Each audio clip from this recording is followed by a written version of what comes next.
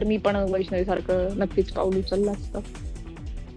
वैष्णवीप्रमाणे मयुरीही उचलणार होती टोकाचं पाऊल. माहेरच्यांनी साथ दिल्यानं मोठा अनर्थ टळला.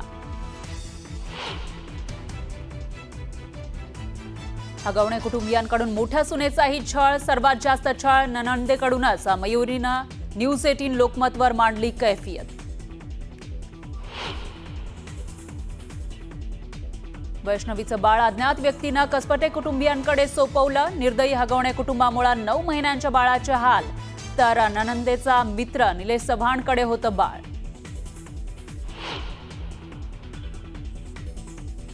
फरार आरोपी राजेंद्र हगवणेचा भाऊ संजय हगवणे पोलिसांच्या ताब्यात. तर वैष्णवीचे बाळ बेकायदेशीररित्या ठेवल्याप्रकरणी आणि पिस्तूलचा धाक दाखवल्याप्रकरणी निलेश चव्हाण विरोधात तक्रार दाखल.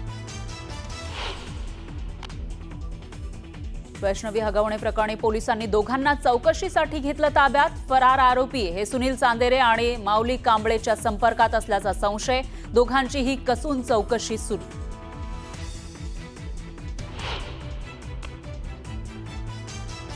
एकनाथरावांना, देवेंद्रजी इथं हे माझा मतदारसंघ आहे, मी तुमच्या मतदारसंघात आलोय का कुणी जर सांगत असलं काही तर काही होऊन देणार नाही. बारामतीमध्ये साखर कारखाना निवडणुकीच्या निमित्तानं अजित पवारांची जुळवाजुळव. महायुतीच्या नेत्यांना सूचक इशारा. धुळे रोकड प्रकरणाच्या SIT चौकशीचं मुख्यमंत्र्यांचं आश्वासन. तर विधिमंडळाचे संशयित कक्ष अधिकारी किशोर पाटलांवर निलंबनाची कारवाई.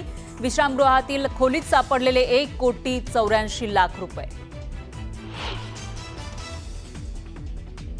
ज्योती मल्होत्रानं जुलै ते सप्टेंबरमध्ये 3 वेळा मुंबईला दिली होती भेट. पाकिस्तानला संवेदनशील माहिती पुरवल्याचा संशय. तर ज्योतीला पुन्हा 4 दिवसांची पोलीस कोठडी. ज्यांनी कुंकू पुसलं त्यांना आम्ही संपवलं. पुन्हा हल्ला केल्यास आणखी कडक कारवाई करणार. 22 एप्रिलचा बदला आम्ही 22 मिनिटांमध्ये घेतला. पंतप्रधान मोदींचा पाकला पुन्हा इशारा.